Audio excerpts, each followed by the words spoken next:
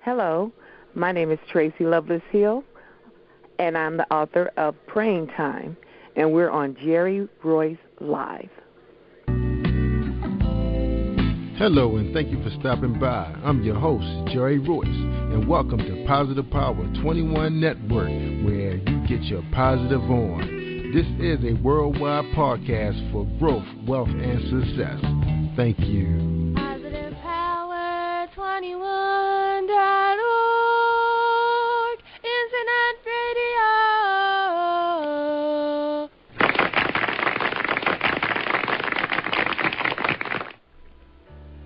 Are you aware of the many ways that you can heal your body naturally using alternative methods? My name is Valerie Moore, and I'm the author of My Healing Therapies.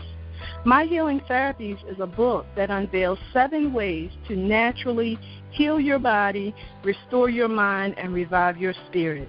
Visit my website at www.purpleroseHolisticHealth.com or reach me by phone at 443-451-2689.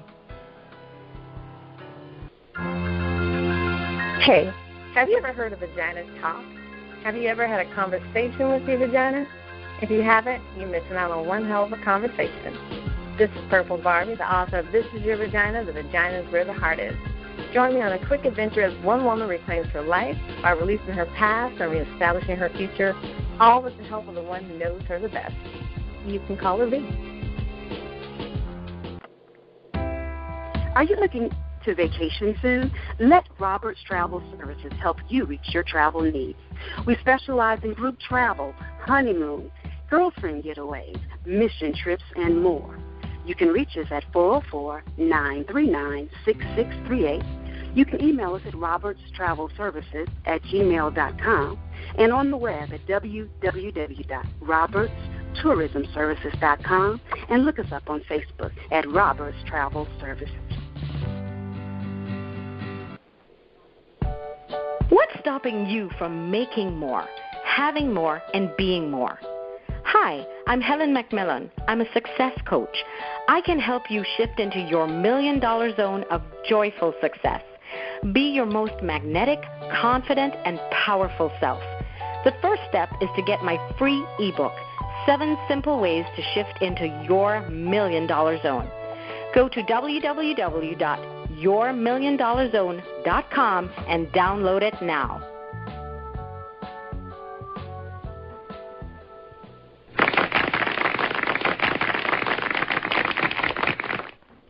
Thank you, everybody, for joining us, and welcome to Positive Power 21.org. I am the voice of JRLive, and when it's all power, it's all power. That's Positive Power. And today's sponsors are REI Heritage Tours in Cambridge, Maryland, home of Harriet Tubman and the Underground Railroad. Call 1-800-522-TOUR to book your scenic driving tour with more than 30 sites related to Harriet Tubman and the freedom seekers of the 1800s. For more information, call 1-800-522-TOUR. All right. And everybody, today we got a special guest on the show. And that's right. We got Tracie Loveless-Hill. She's the author of Praying Time. Tracie Loveless-Hill was born and raised in Waterloo, Iowa. She has been married for 22 years to the love of her life, Cedric. They have 2 wonderful children, and that's Taneya. Man, I messed the name, but I had it written down. I'll just say we'll let her introduce her daughter. And she has a son named Cedric II, and they're both 22 and 20. Tracie attended Russ College in Holly Springs, Mississippi, and later Hawkeye Community College, earning associate degrees in corrections and general studies. Her plans are to further her education with hopes of attaining degrees in criminology and social work, with aspirations of working with women in prison systems. Tracie's first self-published novel, Praying Time, was released in December 2004 with rave reviews. Escape from the Garden of Eden is her 4th novel, with many more exciting stories to come. Tracie Loveless-Hill at yahoo.com, Tracie Loveless-Hill at urbanbooks.com, Black Butterfly Press Literary Agency with agent Dr. Maxine Thompson. So, Tracie, welcome to the show. Please help me with your daughter's name again. I don't know how I messed it up. My daughter's name is Taneya. Taneya. Oh, man, I wrote it like I thought I was going to be able to say it. Taneya. I apologize to her. Oh, that's fine. Oh, man. Well, welcome to Jerry Royce Live. We're here to talk about you and your book. Okay. And, get the audience a chance to get to know you. So we're going to start out the first half of the show getting to know Tracie Loveless-Hill. So tell us a little bit more about yourself. We understand you're working on all these degrees and everything. You're interested, working with women. But tell us some of your hobbies, some of the things you've been doing before you got into authoring books. Well, I used to be a telephone operator. I was a telephone operator for almost 12 years, and I developed a nerve condition in my hands and arms, which caused me to become disabled. And after that, they had to let me go. After they let me go, I went to Hawkeye Community College, which you mentioned earlier, and I earned 2 degrees, general studies and corrections. I want to continue criminology and social work. I would love to work with the prison system. I thought maybe juveniles, but I think that would be just a little too heart-tugging. So I thought maybe I could work with women in the prison system. To correct some of the things, I guess the bio I sent you is probably from the last book. I have been married as of July 29th last month, 25 years.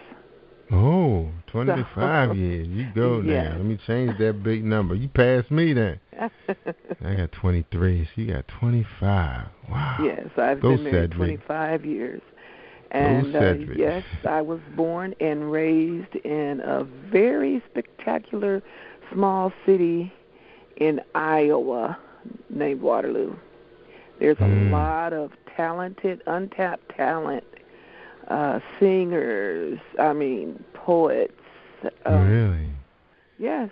And Iowa has a great African American history. I am 6th generation on my mother's side, slaves from, after Emancipation Proclamation, slaves from Virginia came to Iowa and set up a community much like Greenwood, Oklahoma, Rosewood, Florida.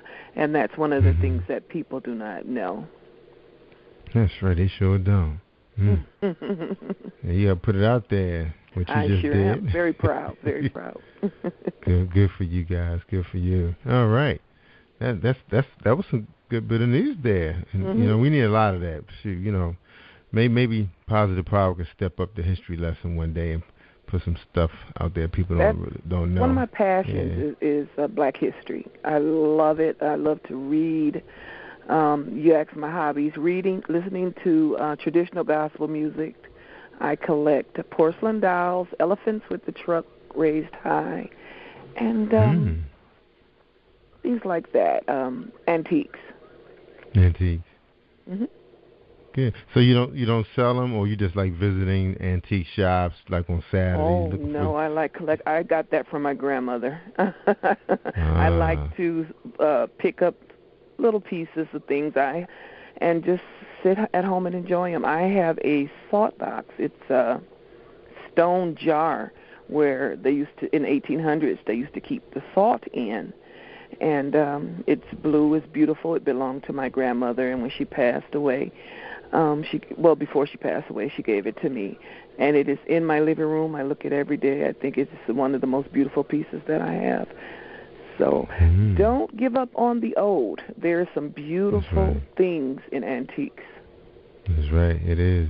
Now, what I was saying, do you go out on Saturdays looking for unique pieces? Or, I used to when I was able, to really get around garage sales, antique shops. Yes, my husband used to get so upset. He used to follow me around because he was just not into it. But yes, when I was able to get around a little better, yes, I loved it. Nothing better. That's right. My mom's into, going to yard sales and garage sales, you name it. Then she started hosting her own because she has so much. She started replacing pieces with something else nicer that she thought. And, that she did that up until she slowed down a little bit, so she don't do as much. Probably similar to you. Just enjoy what's on the show on TV now. I guess you get just a kick out of it. Watching those shows. We got some great shows out there. Yes, I used to love that one where those guys. Yeah, but the one I liked the most was the one where they crashed those rental garages, and you don't really know what you're gonna get. Yes, Storage Wars. Yeah, I love that show. I mean, I haven't seen it like all year, but I thought that was one of the better reality shows. I really did, because them people would find some treasures. You saying, oh man, that looked like that's gonna be a good one, in costume jewelry, or open up that trunk and bam, presto, congratulations. That's right. You never know. You never know. All right, good for you. All right, now you thinking about getting into criminology. So have you been watching any of those crime dramas lately? I'm addicted. To ID. I love Law and Order SUV, Law and Order with CSI. I love Lock Up, Lock Down, Hard Time. Yes, I am addicted. So when do you get a chance to write if you watch all those shows? I get most of my writing done at night when everyone's asleep. The house is quiet, I turn on a little lamp and I sit at my computer, and that's when I get most of, and it's always been that way. I sleep with a notebook next to me at all times, because ideas come to you at the strangest times, and you just want to have paper and pen there. The hardest thing to me about being an author is getting the idea from your brain, filtering it through your heart, and then getting it down on paper. So it is a process to that. Yes, it is. I believe it. And everybody has their own process. Now, I was going to ask you now, so Taneya and Cedric, they still home with you guys? Yeah, they're both here. Okay. Right. That's right. They're in their early 20s. So that's probably what, like, I guess like the beginning or end of college, well, towards the middle end of college. Are they in school right now, both of them? My daughter is still planning on going to beauty school. She wants to be a cosmetologist. Oh, and my good. son, he's not the college type, even though he graduated on the honor roll and things like that. But he wants to work, so he's going through different programs right now. Okay, training programs. Right. All right, good. I didn't know a lot of those programs still exist until I started, doing some networking with the Small Business Association. I was always trying to figure out, how do people get trained in electricity, how to be an electrician or mechanic. And then, because most of the programs you see run on TV are very expensive. And a lot of people don't have that kind of money if they're not already working. They are. Yes. Yeah, they would want, $1,400, $1,500 or more a year. And I think you have to at least be in those programs at least 2 to 3 years, right? Correct? Yeah, 18 months to 2 years, something like that. Yeah, and then they have the medic training, I guess to be get your CDL, those kind of things. I always wonder, how would you get trained in that? Where are those programs? Now, most of the programs are in your prison systems, what I'm hearing. Well, Iowa is known for education, so, we have so many of those types of schools and programs around. So. Oh, I'm going to keep that in mind next time somebody asks me, what should they do? Move to Iowa, become a citizen, and take advantage of their education system. Because in a lot of the big cities, you really don't. I mean, they keep so much stuff quiet. Like my mom always asked me, where the senior programs are. How do senior citizens find out what's available to them, like free smartphones and stuff like that? I said, well, you have to, have a social worker to find those things out, because they know all that. They have all those resources. They network. So you have to know someone who knows someone. It seems like that's right. That's right. Somebody's out there. Somebody's already out there. Working the industry. So that was my best advice I can give her, because I know those smartphone price, those cell phone prices are kind of steep, to have all those services. And, being a senior in this country and a veteran, you would think that they would get a lot of that stuff for free, and I think they do. A lot of people just don't know. I I get so heated anytime that I hear that a veteran is homeless or a veteran, has no medical or things like that. If we owe anything to any citizens of America, it is definitely our veterans. Yeah, absolutely. So, I just, that's one of my passions also. Here in Iowa, a couple of winters ago, we had a veteran. He was homeless, and he died during the winter months under a bridge because that's where he lived. And I just thought that was so heartbreaking to me because it was totally I don't care. We have plenty of apartment buildings.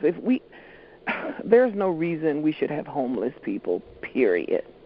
But, with mental illness and things like that, I'm sure there's some things that we won't be able to control. But veterans are someone who definitely deserve any services and help that this government can offer. That's right. I'm sorry for getting on my soapbox, but I'm very passionate about that. But that's what we want to know. What Tracie Loveless-Hill is passionate about. Well, that is one of them. Now, do you see yourself doing any research to find out why homelessness is so, popular in this country? Why it exists? Just studying criminology and sociology, psychology, things like that. Some of it has to do with mental illness because there's a lot of mental illness in our community, and that's something that's kind of taboo because we don't want to deal with that either. But some of it is just like you said, in the larger cities, you have to know someone who knows someone to help you tap into these resources and into these programs just to get help. I am blessed to live in a smaller city, a smaller community, to where, it's easier to get the word out. Right. Sometimes it can be a little difficult when you're in areas like the big cities like Baltimore. Exactly. Yes, my husband is from Chicago, and just going home with him sometimes, I've seen some very sad things. So. Oh, yes, Chicago. Oh, my gosh. I was there for 2 weeks, and I couldn't believe they have square blocks of homelessness. Yes. Living in old abandoned school buses and cars. It was like a little city. Oh, blocks of them. Yeah, I couldn't believe that. You just going places and the little kids that come to you, begging for money. And my husband is like, okay, yeah, go ahead. I'm sneaking dollar bills and things like that to them. And my husband said, by the end of the day, that little guy's probably going to have more money than I make in a week. But it's just too hard. It's just too hard to say no to, to a child. I remember one time this guy came up. He had to be at least 90 pounds. He couldn't have been more than 12. And he was just scratching and itching. And he asked for some money, for some food. And instead of my husband giving him the money, my husband bought him something to eat. And I think for 2 weeks, I could not get that young man out of my mind. He was sick. He was drug sick. He should have been in school at the time that we saw him. And all I could think of was, Lord, how did he end up in this position? And I just prayed that God would take care of him. And it took a while to get that young man out of my head. Yeah, you hear so many of those stories, Tracie. The amount of people I've had on the show and some of the stories they had told me, especially the young women who have been in abusive relationships. Oh, yeah. When, a lot of their children run away. And I used to always look at those boards at work and say, wow, where's that young girl right there? And nobody really knows what her living condition could be, why she left. She could have left. Nobody may have snatched her. She may have just packed her bags. And it's something the family's not always telling us. When you see that sign say missing, most likely those girls are on the streets. They ran away with friends. A lot of them are in group homes. I mean, we have a heavy population of group homes in certain parts of our counties. And, of course, families take them in for payment, but the kids don't really have a support system, and it's almost like they prefer to run with the gangs. Yeah, they don't. They run with a gang first before they go back to an empty house, even though they have it's all about the roof. money. That's sad. And another one of our community's problems is substance abuse. So that's another problem that we deal with. Yep, that's a biggie. And going back to your vets, there's a lot of books out there about those guys. They get the treatment programs, but then after a while, those guys they just can't cope with being inside those mental institutions and the people treating them like they just a body. So a lot of them just leave. They just walk out and run away, have no place to go. Family don't want to deal with them because they, like you've seen a lot of those movies like Born on the 4th of July. Exactly. The soldiers come home. He can't handle, living without his limbs because he don't feel like a man. He try to live on his own, but they prefer to be dead or just live on the street. Yeah. Or just dealing with the things that they saw during wartime. Those soldiers that had to deal during wartime, just living with some of the things that they saw, I'm pretty sure that haunts them, and that could cause a lot of psychological problems. Because I had a guest that was on here, and she was suffering from one of those illnesses, but she's able to, I think she said medicine really doesn't manage it. I guess it's all on you. Some people just not that strong, and they can't hold down jobs. The families can't deal with them, so they just leave and just, go for the streets. Yeah. Something calling them. So hard to explain, but it's what it is. But look, we're at the top of the hour. We're gonna run a quick 30-second commercial, then we're gonna come back and we're gonna talk about praying time. All right, you ready for that? I am excited. Okay. All right, good. Hold the line. All right, 30-second break. Are you ready to discover your spiritual potential? This is Lane Cobb, spiritual wellness coach and owner of Straight Talk Coaching for Women, your source for enlightened and empowered living, offering products and services to help busy women see who they really are so they can be who they really want to be.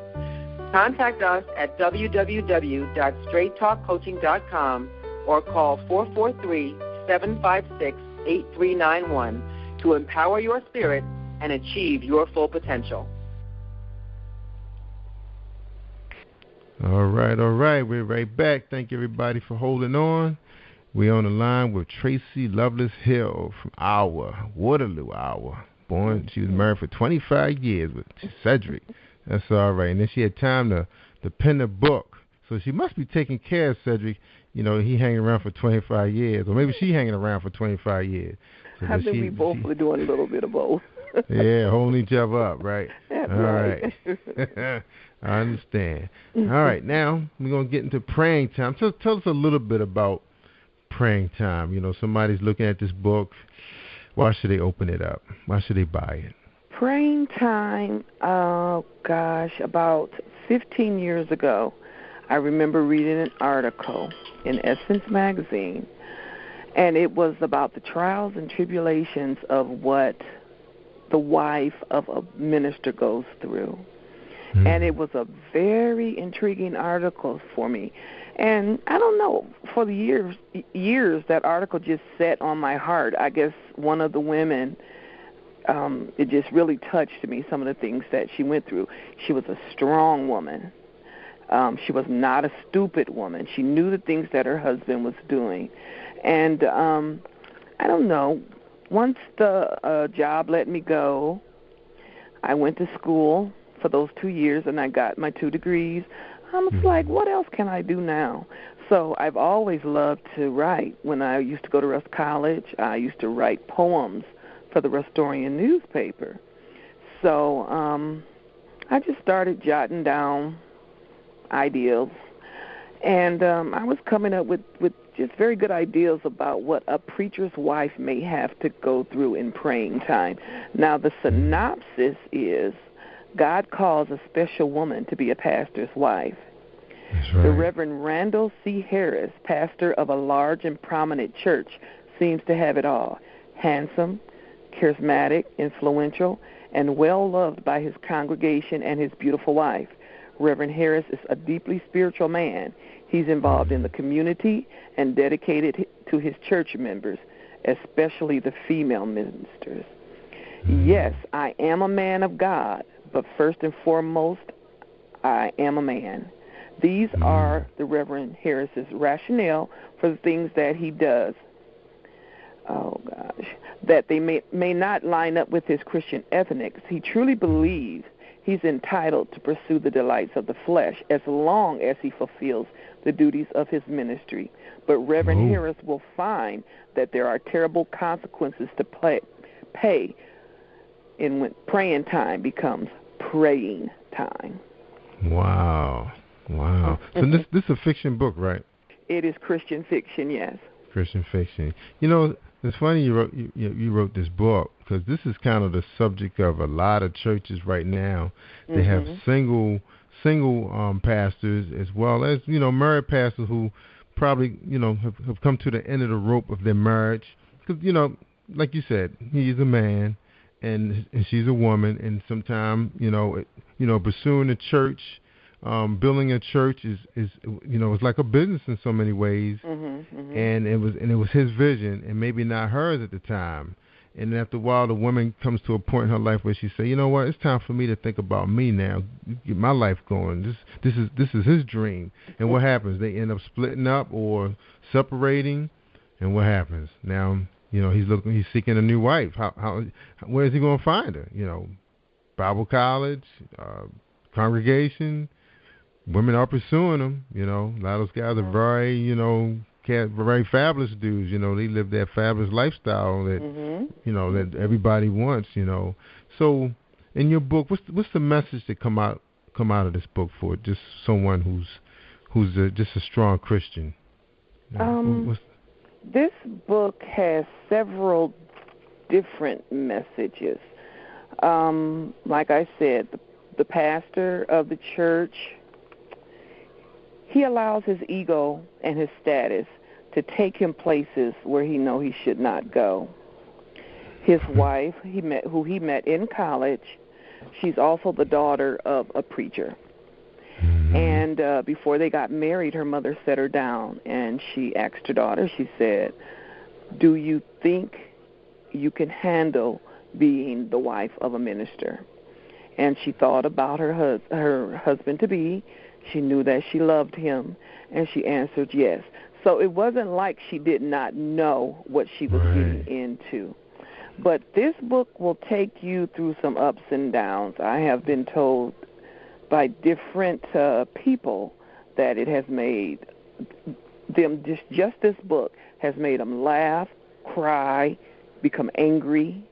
And that is what I love to do. I love to evoke emotions. I would love for one book at a time, if you read any of my books, I want you to go through a roller coaster of emotions just dealing with this book. The greatest review that I did get from this book is that a young man told me that it helped him to get through the death of his mother.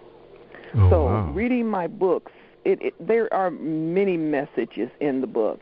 I end each book with a scripture from the Bible that kind of sums up the story and the content. So there's a variation of things. Yeah. Now you did have a review on Amazon, and the reader said the same thing. It was a roller coaster of a ride. The book made him laugh, cry, angry, feel sorry for some of the characters. Now tell us a little bit more about the wife, the first lady of the church. After you know, she had this conversation with her mom. You know, what else happened to her? You know, like, I guess how many years passed through this book? You know, we're visiting. How many years are we visiting? I really didn't give a number, but I would say around seven to 10. And there's one thing that she kind of does in defiance, because she, like I said, she met him in college. She's not a stupid woman. Her mother set her down and talked to her.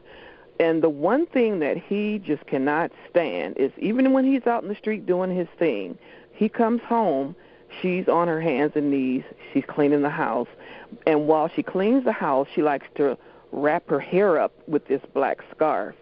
And that just irks him. He hates it. He says, why do you get on your hands and knees like some old maid? I can hire someone to keep this house clean. She said, this is my home. and no other woman will clean my home. And by her doing this, by her wearing that scarf represents that I can't control what you do outside this home, but I will control what happens inside the home.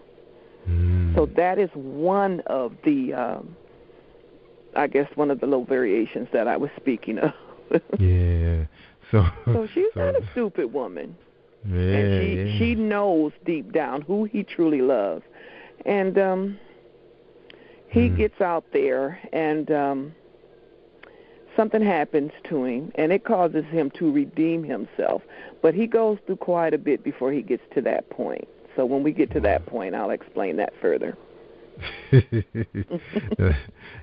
now, I'm not sure if you saw, the reality show where they showed, different style pastors in a reality show. Preachers of LA. Yeah, right. Very flamboyant guys, driving very expensive cars, living that rock star lifestyle. Did you have a little bit of that in the book? No, he did drive a silver Cadillac. They live in the church parsonage. And it's described in the book, and it is a very beautiful home. But no, it's not so much that he's living the rock star life. It's just that he has a weakness for women. And he prays after women. What he does is he studies these women, and he figures out their weaknesses, and then he goes after them based on what their weaknesses are. So he was sick. He had addiction. So, but you know what? If you hear some of the past of some of these pastors, they tell you, where they come from. A lot of them come from the hood. They come from nothing, ghetto. Some of those guys were former drug dealers. You don't hear too many times they come back. They said they were a clerk or something like that. But a lot of them said they were something really marvelously bad. So this guy, where did he come from? Was he, because I know you said the mother's wife was born. She was a daughter of a pastor. But what about him? They met in college. They went to a historically black college. Her family was from Chicago. He came from the projects of Memphis, Tennessee. And he came from a single mother. It was him and his older brother. And his older brother chose a different route. He was a street thug, and he ended up in prison. The mother worked hard to raise her two sons. But then after the brother went to prison, he was sentenced to life in prison for something that he had done, and that is also in the book. The mother dies of a heart attack. And so the reverend, while he's in college, this happens while he's in college, he blames his brother for it, and they don't speak for a very long time. But during his redemption period, something will come out about that also. Oh, wow. But, yeah, he comes from inner city Memphis to where his wife comes from a more affluent family in Chicago. Yeah, wow. So, but he wasn't a criminal himself. Okay, that was good. No, he was always the goody two-shoes because he never wanted to hurt his mother. He was more like a mama's boy. And he saw how hard his mother worked. He saw how hard his mother cried over the things that his older brother did. So his dream was just to grow up, go to college, get a good job, and take care of his mother. Never got a chance to do that. Yeah. Now, have you had a chance to go out and work, work your book at the street fairs, book events? Yeah. As a matter of fact, how's it going? As a matter of fact, this coming weekend, I'm going to be at the East End Street Festival here in Waterloo, and that will be 2 days, Saturday and Sunday. And I try to make as many dates as I can. I haven't made like the Harlem Book Fair. That's one of my dreams. Yeah. And I would love to go to Washington, D.C. before President Obama's out of the White House. That's right. Now, do you have the date for that one? Is that the same week that the Baltimore Book Festival runs in September? Because I have to get those dates straight myself. No. As a matter of fact, this particular book fair that I'm going to is coming up this weekend. Mm-hmm. So, that's still in the month of August. September, I really have nothing scheduled in September. I have a women's conference coming up the first Saturday in November. Okay. Mm-hmm. But I know Baltimore and Washington used to run theirs, back-to-back weekends a couple of years ago. I'm not sure if they're still doing it. But I know Baltimore had changed their venue location because there's some work being done to Mount Vernon. So It's going to be held down at Baltimore Harbor this year. I'm not sure where, but I'll find that out. But I know I'm supposed to be there. Oh, okay. I have gotten invites to the Baltimore Book Fair, so. Yeah, it's going to be a lot of people there. Cause I do believe they run back-to-back. I think the following weekend would be the Washington one, but I'll look into that. Because we're going into football season. As soon as the kickoff happens, I forget about everything. You're like my husband. That's right. Life stops.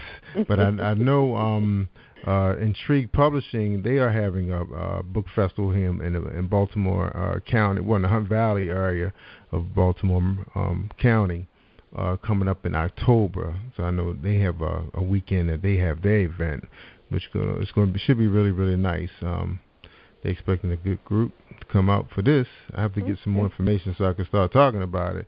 So anyway, it's been a pleasure to have your hand. And our time is up, but I want to give you an opportunity to give everybody your final thoughts to our audience, our listening audience. Well, I'm really excited to be on your show. I'm honored that you had asked me to come on your show. I love doing these radio interviews. I love making new friends.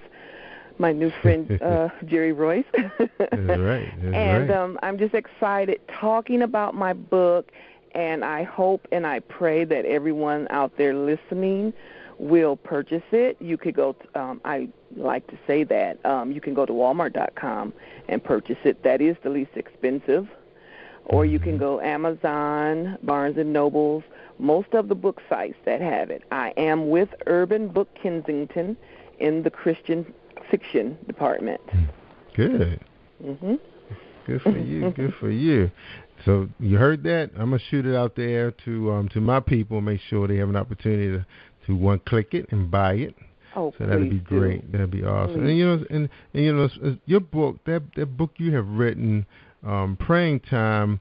Man, that's a discussion that can go on forever. I mean, we really could have talked about that for a long time. Because just the few places I've been worshiping, that was always have been one of the problems with not just the pastor, but even some of the deacons that are married in the church. And you got young people that's looking up to these guys. And one of the things that we need more role models, not just role models showing a guy how to be a man about going to work and getting his education, but how to treat women. That's not you're not showing respect to the person that you had took God's had taken God's vows. You will not believe how many times I have been accused of writing about someone's pastor. You just gave him a different name. Yes. Wow. Yes. There's someone there's many characters in my book, many relatable characters. Mary Monroe, who is the author of the God Do Not Like Ugly series and The Upper Room, she says that all the characters are relatable, and I have heard that before. So there's someone in this book that you're going to feel that you know. All right, we appreciate you being. They're going to relate to it. All right, but we appreciate you coming on the show, Tracie Loveless-Hill, born in Waterloo. We appreciate you being here, and remember everybody where to get her books. We will have a few links on the player, so click it. Well, anyway, I appreciate you being here, and we gotta get ready for our next show. But we'd like to have you back when you drop another one. If you have anything going on close to the holiday, please let us know so we can try to squeeze you in. Okay? I will, and God bless you. Thank you so much. Thank you so much. You too. Right back at you. All right, ladies and gentlemen. This is Jerry Royce Live, Positive Power, 21.org. Don't forget about replay, so you can listen to Tracie about 1,000 times if you want. Right, Tracie? You sure can. All right. Take care of yourself. Bye-bye. Oh, you too. Thank you. All right, ladies and gentlemen, have a good one, and thank you for tuning in. Thank you for tuning in to the Positive Power 21 Network. Team 21 would like to thank you all for tuning in, and please spread the word and tell a friend. This is Jerry Royce at Positive Power 21, where we get our positive on. Thank you, Tracie. Positive Power 21.org, Internet Radio. All right, everybody, that's a wrap. Thanks for tuning in. Don't forget about Spreaker.com/Positive Power 21. Peace.